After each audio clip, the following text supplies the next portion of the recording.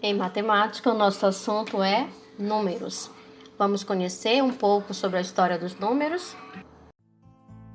Você conhece a história dos números?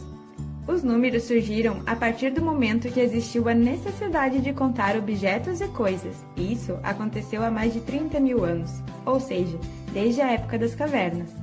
Os homens nessa época não tinham ideia de números, mas eles tinham a necessidade de contar. Assim, quando os homens iam pescar ou caçar, levavam consigo pedaços de ossos ou de madeira.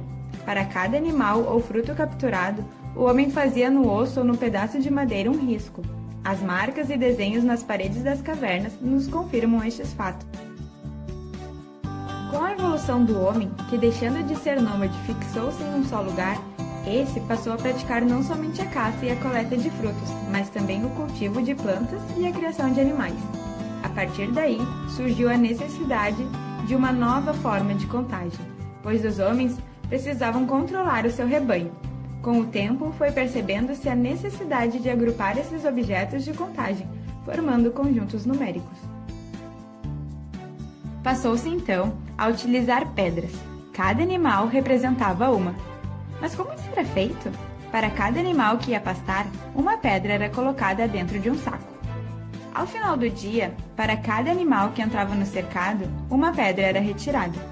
Assim, era possível manter o controle e saber se algum animal havia sido comido por outro animal selvagem ou apenas sido perdido. Vários povos criaram seus próprios sistemas numéricos. Os egípcios e os maias utilizavam símbolos e figuras. Os gregos e hebreus utilizavam letras para contagem. Tinha também os chineses e os indo-arábicos, entre outros que tinham sua própria forma de representar.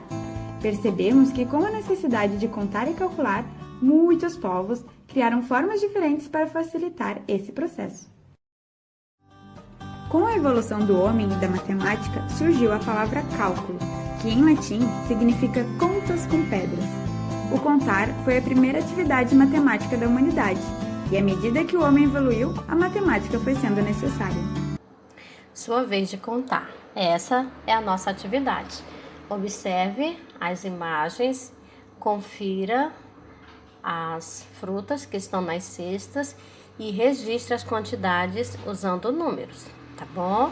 Qualquer dúvida, é só chamar que a tia vai estar à disposição para lhe ajudar, tá certo? Beijinhos e até amanhã.